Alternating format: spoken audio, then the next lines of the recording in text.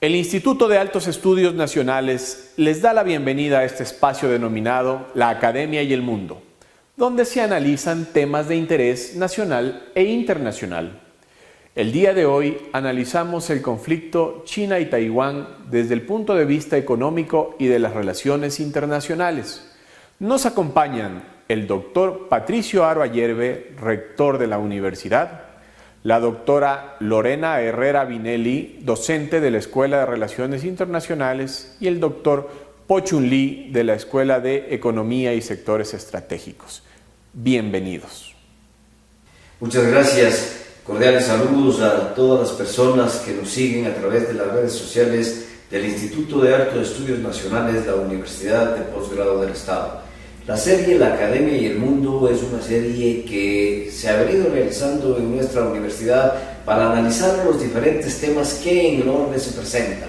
Empezamos con el conflicto de Rusia y Ucrania, que ha puesto en vilo a la humanidad, pero hoy lo vamos a hacer desde el análisis que la visita de Nancy Pelosi, la presidenta de la Cámara de Representantes de Estados Unidos, hiciera a Taiwán en los primeros días del mes de agosto. La presencia de Pelosi en Taiwán provocó una reacción muy fuerte por parte de la República Popular de China y levantó el avispero, un avispero que fue establecido desde hace muchos años atrás y que ha generado permanentemente tensiones entre este y oeste. Nancy Pelosi, no solamente como presidenta de la Cámara de Representantes de los Estados Unidos, visitó Taiwán, sino que la visita provocó esa incertidumbre y esa tensión, porque ella es nada menos que la tercera en la sucesión a la presidencia de los Estados Unidos. Entonces, este problema generó una tensión que se vive hasta el momento y que puede afectar desde los ámbitos de seguridad, del ámbito económico y en las relaciones internacionales a los diferentes países del mundo. Para analizar este tema y compartir con ustedes, para comprender perfectamente cuál es el conflicto, nosotros lo vamos a hacer con dos especialistas en asuntos asiáticos, y ellos son nada menos que profesores de nuestra universidad, del Instituto de Altos Estudios Nacionales. La doctora Lorena Herrera, ella es especialista en temas asiáticos, profesora de la Escuela de Relaciones Internacionales, y lo hará desde la óptica de su especialidad de las relaciones exteriores y de las relaciones internacionales. Y el profesor Po Chun Lee es profesor de la Escuela de Economía, y él lo hará desde el ámbito económico. Pero una especial acotación: Po Chun Lee, el profesor Po Chun Lee, es taiwanés. Llegó al Ecuador muy niño, pero tiene su origen en Taiwán y conoce desde luego la historia, y con esta fuente primaria realmente nosotros vamos a tener un análisis profundo y detallado. Muy bienvenidos, muchas gracias por participar con nosotros a través de nuestras redes sociales, y empezaré dándole la palabra a la persona que nos recordará la historia del conflicto y nos pondrá en un ambiente para poder tratar los temas económicos y los temas de relaciones internacionales. Con ustedes, el profesor Po Chun Lee, profesor de la Escuela de Economía del Instituto de Altos Estudios Nacionales y además taiwanés de origen y nacimiento. Muchas gracias, señor rector. Siempre un gusto acompañarles en estos conversatorios. Si podemos resumir la historia de Taiwán y China, es que después de 1945 terminó la Segunda Guerra Mundial y China entró en una guerra civil entre los comunistas y los nacionalistas. Hasta 1949 perdieron los nacionalistas y se fueron a Taiwán, que es como decir, tuvimos que ser exiliados a Galápagos, visto desde Ecuador. Y desde ahí hubo esta idea de las dos Chinas, ¿no? Hasta 1970 las Naciones Unidas reconocieron que solo existe una sola China, que es la República Popular de China. Hasta entonces Taiwán ha sido relegado en la comunidad internacional. Muy pocos países reconocen a Taiwán como un país. Y latentemente Taiwán ha tenido que vivir realmente esta idea de la invasión de China, ¿no? Por esta reunificación. Recientemente, hasta 1992 hubo un acuerdo en que China y Taiwán reconocen que existe una sola China, y desde entonces, ¿no?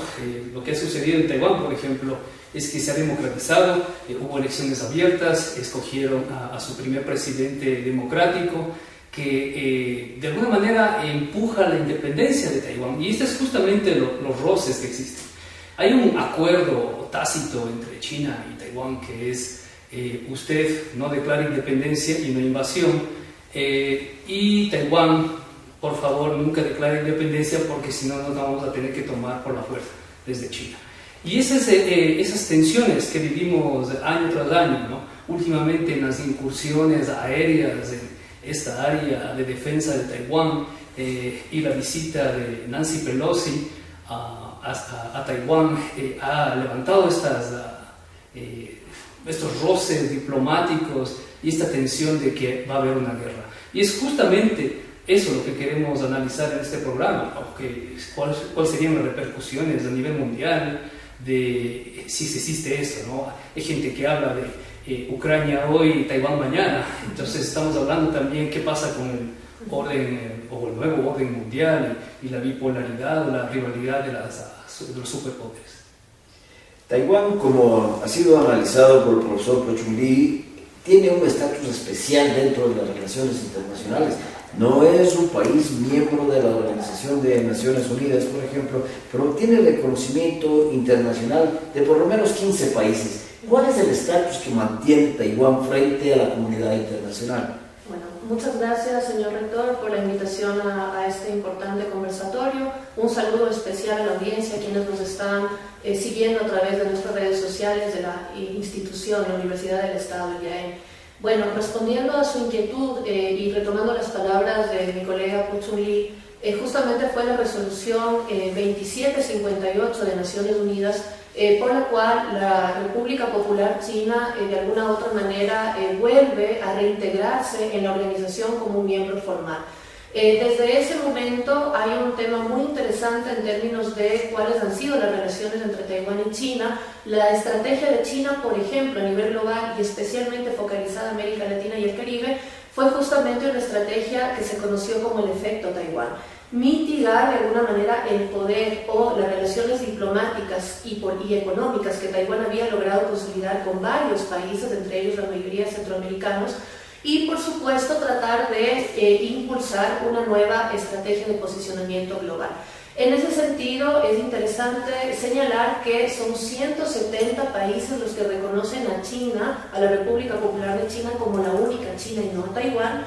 Y por ejemplo en el caso de América Latina y el Caribe, solamente 8 países siguen reconociendo ese estatus con Taiwán, pero por supuesto todavía hay un mantenimiento de las relaciones en el ámbito económico que es importante. Taiwán ha sido un importante socio de cooperación para esos países y por supuesto el posicionamiento global económico de China como la segunda economía global le pone por supuesto a esta situación mucho más compleja en términos de reconocimiento. Si me permite, solamente quisiera añadir algo que los especialistas denominan en las relaciones entre Estados Unidos y Taiwán y China como una ambigüedad estratégica, ¿no? ¿Por qué? Porque también Estados Unidos reconoce desde 1979, durante el mandato de Jimmy Carter, a Taiwán, por supuesto, como un socio económico, pero a la República Popular China como la única China.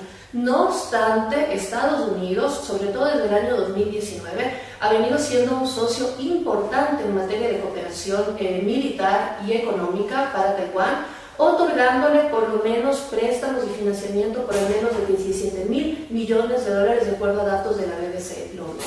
Entonces, esta ambigüedad que existe en las relaciones es algo que complejiza aún más el escenario internacional, caracterizado por supuesto por tensiones nuevas, tensiones de surgimiento de nuevos conflictos a nivel internacional, como el que ya señalaron ustedes entre Rusia y Ucrania.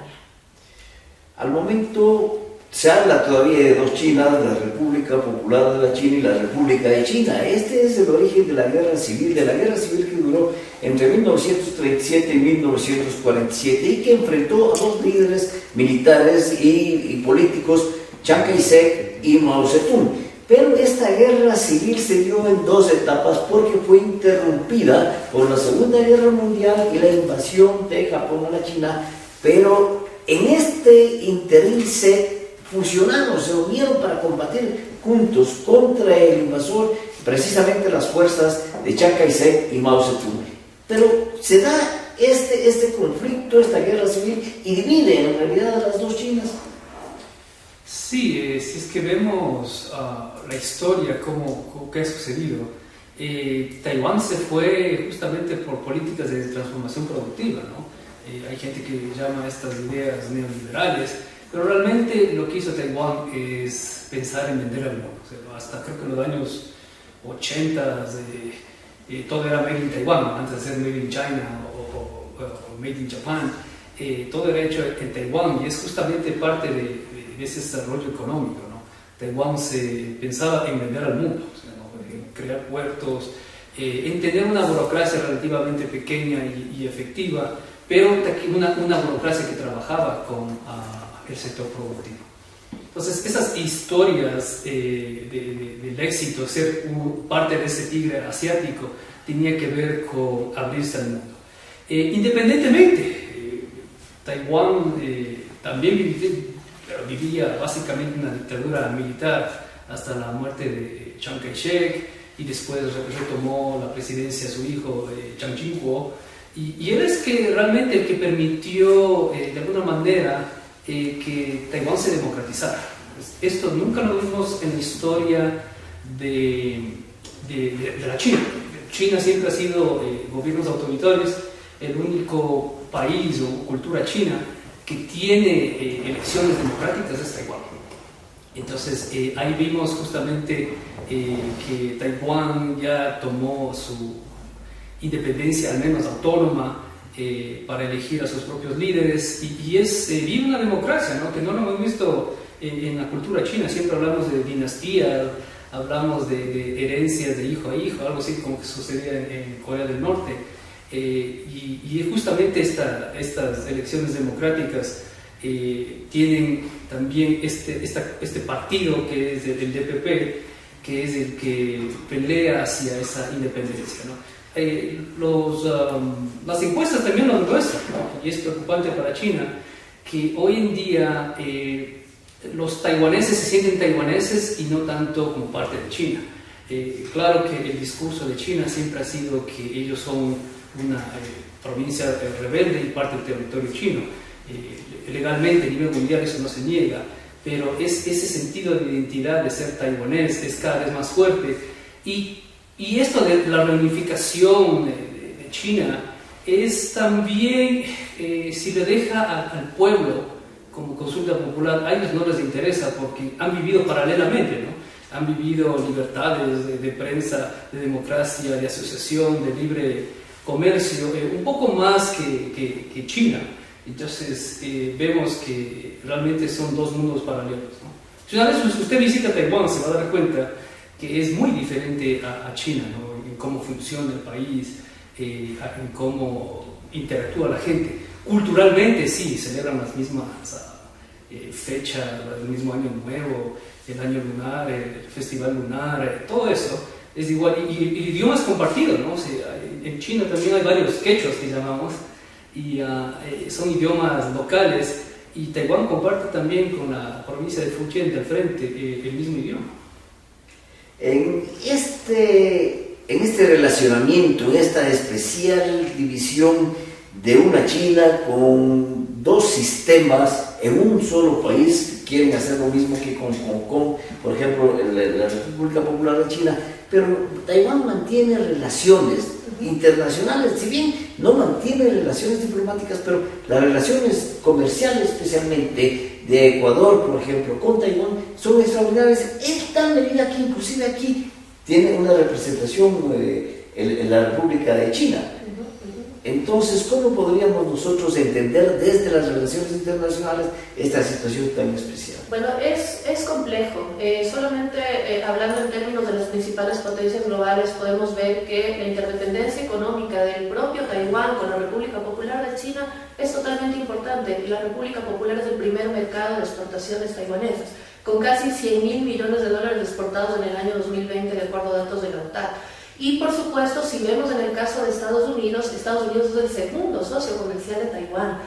También en términos de la agenda tecnológica, por lo menos lo podemos ver así. Existe una empresa que es la MNTS, que es una empresa productora a nivel global de microchips, de partes y piezas y demás, y justamente China utiliza y recurre a esa tecnología para poder justamente incrementar las ventas de teléfonos celulares, por ejemplo, internacionalizar sus empresas y por supuesto captar más inversiones transnacionales. Entonces es importante ahí el rol, por un lado, que juega, por ejemplo, la agenda económica dentro de estas relaciones. Y de otro lado, si usted me permite, quisiera referirme a un punto esencial que acaba de ocurrir hace 10 días y que marca perfectamente cuáles serán los lineamientos de la República Popular de China en relación a la reunificación de Taiwán. Se ha entablado, se ha consolidado un libro blanco publicado el 10 de agosto por parte de la República Popular de China, y hay 4 puntos importantes que me gustaría justamente socializar con la audiencia. El primero tiene que ver con que la reunificación es un asunto indiscutible. Así lo ha puesto el gobierno de Xi Jinping, es decir, no hay diálogo, no hay cooperación. Este es un tema que le corresponde estrictamente a China y a Taiwán resolver, por lo tanto no se va a dar lugar, el segundo punto es, a interferencias de potencias extranjeras.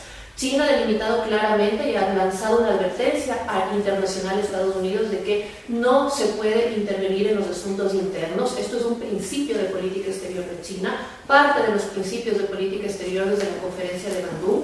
Entonces hay que respetar esa soberanía y esa autodeterminación de China en relación a sus asuntos internos. Y un tercer aspecto que me parece muy importante es cómo el libro blanco prácticamente posiciona que este no es un tema, lo de la reunificación no solamente es un asunto del Partido Comunista China, ni de Xi Jinping, sino del pueblo chino, dice, de cada ciudadano chino que siente la reunificación como parte de un proyecto mayor de la política exterior de China y por supuesto de un proyecto nacionalista. Entonces ahí justamente se complementa con lo que nos comentaba el profesor Po Chung-Lee. ¿Cuál es el rol de Taiwán dentro de este tema? Creo que las asociaciones y las alianzas estratégicas, Estados Unidos, justamente la visita de Nancy Pelosi, la visita del congresista Holcomb este pasado domingo a Taiwán, demuestran la importancia y la estrategia que Estados Unidos está implementando a través de una asociación estratégica económica con Taiwán. Entonces pesa, por supuesto, la agenda económica, pero por otro lado, Estados Unidos, por supuesto, que está demostrando también el interés, por así decirlo, de apoyar militar y económicamente a Taiwán. Entonces, el escenario es complejo, desde toda perspectiva. Los intereses de los Estados Unidos, además de económicos, son geopolíticos, es decir, Taiwán se encuentra ubicado a 180 kilómetros de la China, desde allí se controlarían 2 mares, el mar de la China y el Océano Pacífico, y Estados Unidos en sus intereses hacia el Asia y hacia el Asia-Pacífico considera a Taiwán una plataforma sumamente importante. Apoya militarmente a Taiwán. Taiwán tiene un ejército de 300.000 soldados, hombres y mujeres, pero también tiene fuertes intereses en el área, especialmente hacia Occidente. Estas relaciones de Taiwán como una plataforma geopolítica para los Estados Unidos en su camino hacia el Asia y de Taiwán también como una plataforma política en su mirada hacia Occidente, ¿cómo sería analizado desde las relaciones internacionales? Pues podríamos responder esa inquietud con el último pronunciamiento de la presidenta taiwanesa Tsai Ing-wen. Ella dijo prácticamente en su discurso que hay una expansión del autoritarismo a nivel global y que es importante empezar a fortalecer los lazos democráticos. Justamente el Partido Progresista Demócrata, quien ella representa, tiene 3 temas en la agenda importantes: el respeto por los derechos humanos, un segundo tema, por supuesto, la soberanía nacional, la integridad territorial, el respeto por la autonomía, y un tercer tema, por supuesto, la identidad taiwanesa. Entonces, en ese marco, justamente, el anticomunismo no entra dentro de esta agenda, y Estados Unidos, por supuesto, ya lo hemos visto, ¿no es cierto?, con el tema de Ucrania y Rusia, con el posicionamiento de la OTAN o la propuesta de la OTAN justamente de fortalecer la democracia. Eso sería, por lo menos en el discurso político, lo que podríamos observar en este momento. que Estados Unidos sabemos que no solamente es un aliado, como ya lo mencionamos, económico, militar, sino que también es una alianza política para Taiwán para poder fortalecer las democracias en un contexto de debilitamiento de las mismas, ¿no? Muchas gracias. 24 millones de habitantes en Taiwán y también otros tantos millones, 2, 3 millones más en la China popular, popular. Entonces, también se dice y tenemos información de que el 60% de las inversiones a ultramar de Taiwán están en la China popular. Entonces, ¿cómo explicar desde la economía este afán de invertir en un área de conflicto? Realmente, hasta el presidente Ma Ying-jeou, antes de que entrara Tsai Ing-wen con el DPP, las relaciones con China y Taiwán eran excelentes, ¿no? Creo que hubo una conferencia donde se vean ambos líderes en foto, que no ha sucedido en casi 50 años. Se hablaba también de inversiones chinas.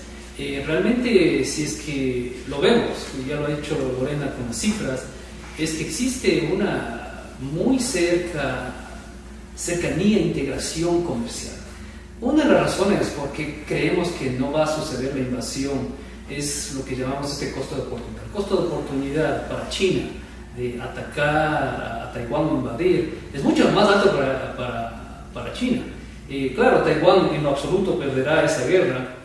No hay ningún escenario que no lo demuestre. Se defenderá como tendrá que hacerlo, a un costo también muy alto. Hay que pensarlo, ¿no? Xi Jinping también está considerando que la reunificación a la fuerza es una opción si es que el costo es aceptable. Y esto tendrá muchos cálculos políticos, militares. A nivel geopolítico, Taiwán es importante porque a nivel de metáfora es básicamente un portaaviones que no hay cómo unirlo. Está situada para dividir el mar de China hacia el norte y sur, y también justo para los cruces a nivel comercial. Entonces es complicado la situación, sin embargo, esta integración económica es justamente la que preveniría una invasión. Entonces la estrategia del status quo, si usted no declara independencia, nosotros no vamos a invadir a menos que declare independencia, se mantiene, ¿no? Y Estados Unidos también está sujeta a esa política, como decía Lorena, con esta ambigüedad estratégica de dar anuncios de que vamos a defender o no vamos a defender a Taiwán y qué significa defender. O sea, hay que pensarlo, querrá sacrificar sangre y tesoro Estados Unidos para defender un territorio lejano. ¿Cuál será el costo? Es esa ambigüedad que permite que siga esa paz, ¿no? Como estrategia para Taiwán, siempre decimos de esta identidad taiwanesa, es que la posibilidad, una gota de esperanza en la reunificación de los dos pueblos es posible, simplemente porque ayuda a patear la lata hacia el futuro.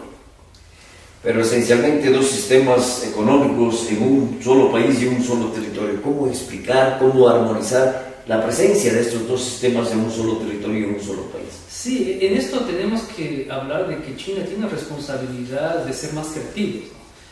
Lo que ha sucedido en Hong Kong, un país, dos sistemas, ha demostrado que no ha funcionado. Realmente, si veía las opiniones, las encuestas de la reelección de la presidenta de Taiwán, ella no iba a ganar. Lo que le hizo ganar es justamente lo que sucedió en Hong Kong, que hubo represión, de que los líderes de Hong Kong no van a ser electos por ellos, de que ciertas libertades de prensa, por ejemplo, fueron reprimidas en China, y eso es lo que causó a que se considere tener a un líder independentista que sea estable emocionalmente y pueda pelear esto. ¿Sí?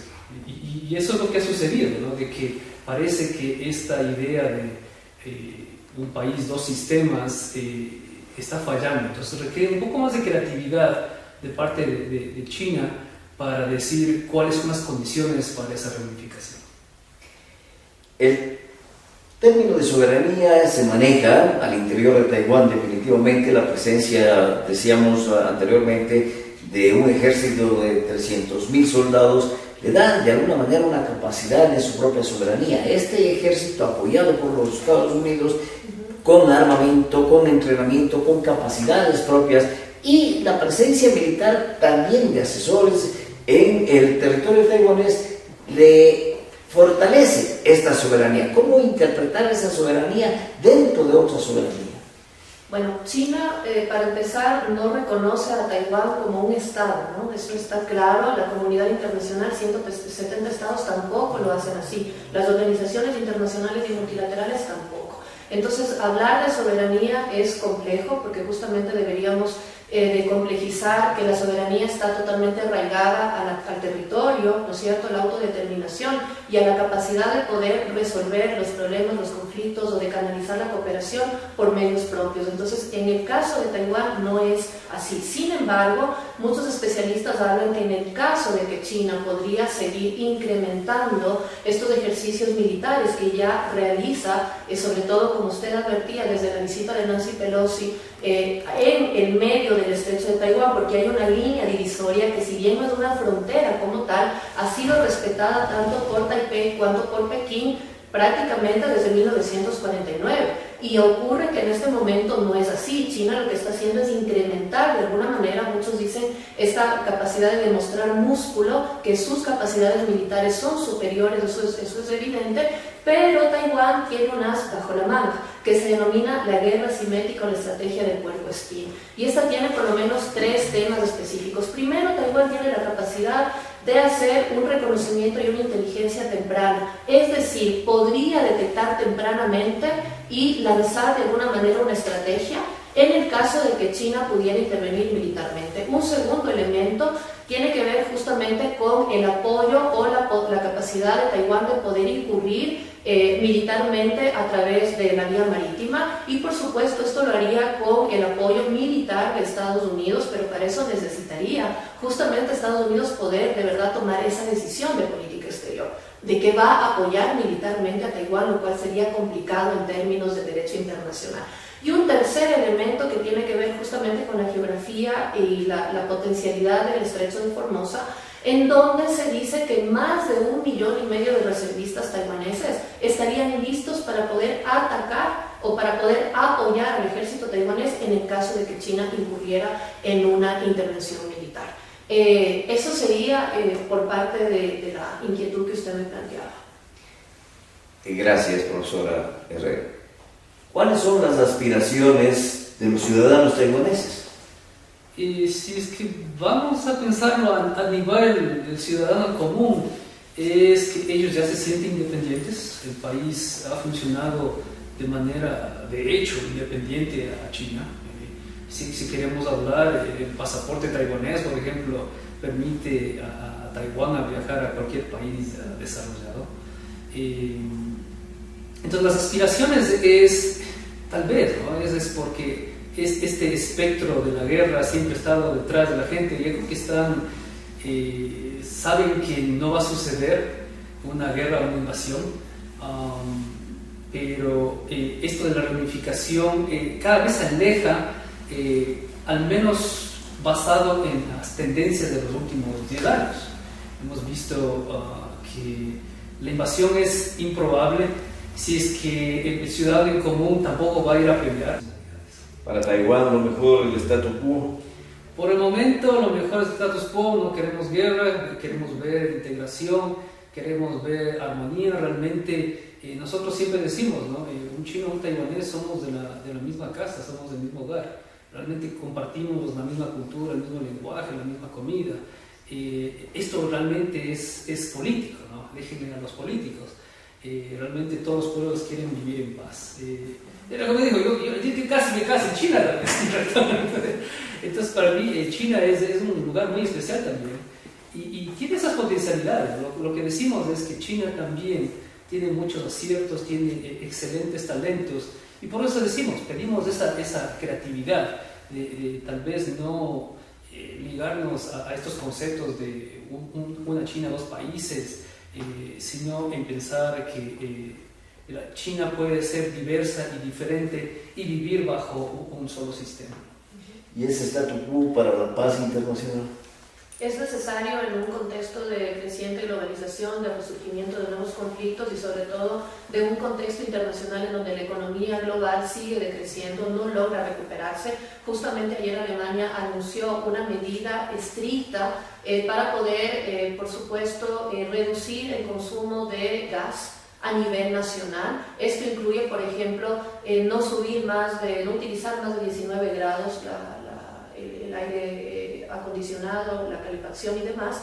Y entonces todas las instituciones públicas y privadas también tienen, por ejemplo, como medida que apagar las luces a una hora determinada. Esto no se había visto nunca. Es un país industrializado, es prácticamente la economía, una de las economías más estables de Europa, pero esto está pasando no solamente como consecuencia de la crisis pandémica, sino también por la complejidad, ¿no es cierto?, que el conflicto Rusia-Ucrania ha causado para la crisis de contenedores a nivel internacional, la economía y, por supuesto, el suministro de la cadena global de alimentos. Entonces, todos creo que la comunidad internacional llama al diálogo y llama a la paz, y como decía el profesor Po Chung Lee, no necesitamos en este momento más conflictos en un contexto internacional que ya es complejo y ya es incierto, como lo denominan los expertos. La tensión generada en el Mar de la China entre Taiwán y la República Popular de China ha generado inquietudes en el ámbito internacional y ha generado inquietudes también en el ámbito económico. Esto incide de cualquier manera en las relaciones internacionales y en la economía internacional. Estos temas han sido analizados desde la óptica del Instituto de Altos Estudios Nacionales por dos expertos en asuntos asiáticos y en asuntos chinos concretamente, por la profesora Lorena Herrera, profesora de la Escuela de Relaciones Internacionales, y por el profesor Po Chung Lee, profesor de la Escuela de Economía y además nacido y ciudadano, desde luego taiwanés, que comparte con nosotros su conocimiento, sus experiencias, para los cuales les agradecemos. La academia y el mundo es una visión sumamente analítica desde la Universidad de Posgrado del Estado. Muchas gracias por compartir con nosotros.